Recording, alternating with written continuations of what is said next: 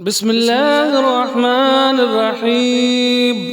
تبارك الذي بيده الملك وهو على كل شيء قدير، الذي خلق الموت والحياة ليبلوكم أيكم أحسن عملا وهو العزيز الغفور، الذي خلق 7 سماوات طباقا ما ترى في خلق الرحمن من تفاوت، فارجع البصر هل ترى من فطور، ثم ارجع البصر كرتين ينقلب إليك البصر خاسئا وهو حسير. ولقد زينا السماء الدنيا بمصابيح وجعلناها رجوما للشياطين وأعتدنا لهم عذاب السعير.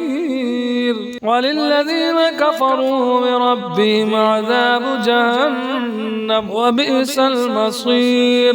إذا ألقوا فيها سمعوا لها شهيقا وهي تفور تكاد تميز من الغيظ، كلما ألقي فيها فوج سألهم خزنتها لم يأتكم نظير، قالوا بلى قد جاءنا نظير وكذبنا وقلنا ما نزل الله من شيء إن أنتم إلا في ضلال كبير. وقالوا لو كنا نسمع أو نعقل ما كنا في أصحاب السعير، فاعترفوا بذنبهم فسحقا لأصحاب السعير. إن الذين يخشون ربهم بالغيب لهم مغفرة وأجر كبير.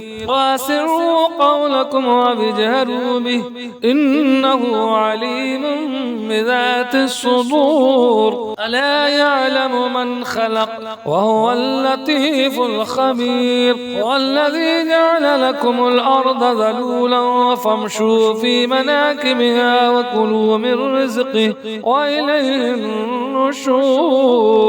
أأمنتم من في السماء أن يخسف بكم الأرض فإذا هي تمور، أم أمنتم من في السماء أن يرسل عليكم حاسبا فستعلمون كيف نذير. ولقد كذب الذين من قبلهم فكيف كان نكير. أولم يروا إلى الطير فوقهم سافات ويقبض ما يمسكهن إلا الرحمن إنه بكل شيء بصير. أمن هذا الذي هو جند لكم ينصركم من دون الرحمن إن الكافرون إلا في غرور. أمن هذا الذي يرزقكم إن أمسك رزقه بل لجوا في عتو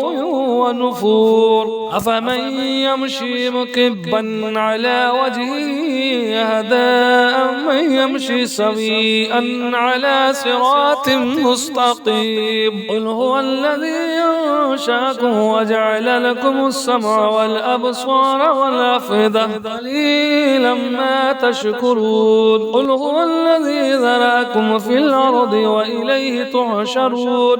ويقولون متى هذا الوعد إن كنتم صادقين. قل إنما العلم عند الله وإنما أنا نذير مبين. فلما رأوه زلفة سيئت وجوه الذين كفروا وقيل هذا الذي كنتم به تدعون. قل أرأيتم إن أهلكني الله ومن معي أو رحمنا فمن يجير الكافرين من عذاب أليم. قل هو الرحمن آمنا به وعليه توكلنا فستعلمون من هو في ضلال مبين. قل أرأيتم إن أصبح ماؤكم غورا فمن يأتيكم بماء معين. صدق الله العظيم.